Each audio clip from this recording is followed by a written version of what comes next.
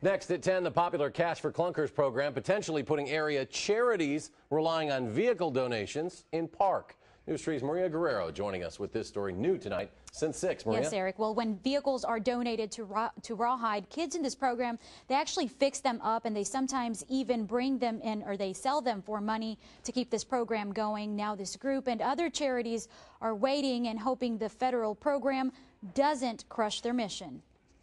Unfortunately, that's a problem we hoped not to have had to deal with. Kaiser Ford's problem, not enough new vehicles on the lot to keep up with Cash for Clunker demand. Because the sales as a result of this program doubled, that took essentially August's inventory and sold it in July, so now we're a month behind.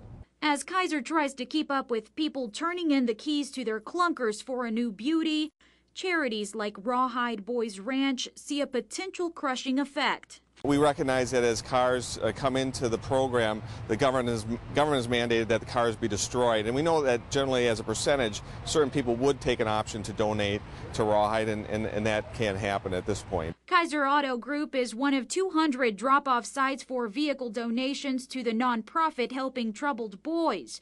The dealership says donations have doubled from 10 a month up to 20. I think we are waiting to see. Right now, the government has provided this additional funding for the program, and so if it were to continue for another month, I think we'd have to wait to see what that impact's going to be. While John Solenberg, Rawhide's executive director, waits, the dealership says the charity and the Clunker program are not competing. Most of the cars we're seeing on donation are more fuel-efficient vehicles that are just at the end of their life.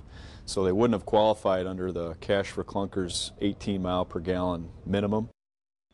Rawhide recently received more funding from the government, but for now the group will wait to see what happens in the coming weeks with this Cash for Clunkers program, Eric. Now, do we know how much this nonprofit gets from the donation program? Well, about every year they get about 3,000 vehicles donated every year to this program. But again, you know, they're going to really look to the coming weeks and months, really, as long as this federal program really comes in. And like they said at Kaiser, it is actually working. More people are coming in and donating more. All right, News 3's Maria Guerrero reporting. Maria, thank you very much.